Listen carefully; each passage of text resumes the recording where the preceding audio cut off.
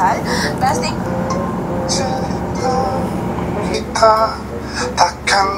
Hi guys, get dressed with me for Valentine's. Guys! Ano mahal? Hindi ka pa ba magre-ready? Pag ako natapos dito, tapos hindi ka pa ready, mayayari ka talaga sa akin.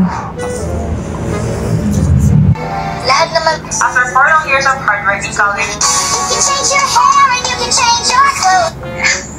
ang damot mo Tapos na ako. Hindi ka pa ba ready dyan?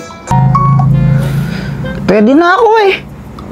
Anong ready? Nakahiga ka pa. Abay, oo nga. Ito nga, ready na ako. Tara na. Chiki, ano pong sakit ko? Wala. Yay! Wala akong sakit! Tanggalin ko talaga. Magaling ako. At dahil wala kang sakit, meron ba akong free chocolate? Free lollipop? Free candy? Tutuliin na lang kita. Ang tutuliin? Di naman ako lalaki. Ano ka ba? Bakit? Parang sa lalaki lang ba yung tinutuli? Oo! Sabi ni Daddy, mga boys lang daw ang tinutuli. Ano ka ba? Paano ka? Ba't sad ka? Kala ko pwede eh. Hindi nga pwede. Ito na lang. Meron akong alam na mas masayang game kaysa doktor-doktoran. Ana? Prank natin sila, Mami tsaka Daddy. Anong gagawin natin? Kunwari, nasukat ka. Tapos lalagyan lang natin ng ketchup. Diba? Masaya nga yun. Ano, game ka? Sige. Sige. Yan lang susuotin mo? Bakit masama ba?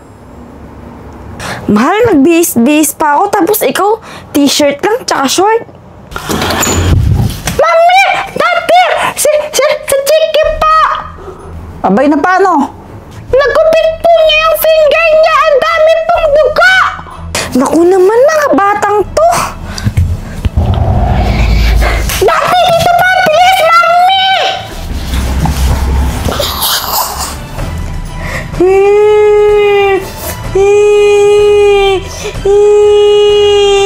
Ay, naku Ay, naman. anong gagawin natin, Jepoy? Tumawag kayo tayo ng ambulansya.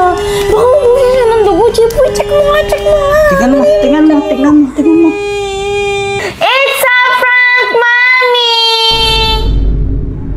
Hi! Hindi magandang biro yan, ha? Nag-aalala kami sa inyo, tapos paprank nyo lang kami? Huh?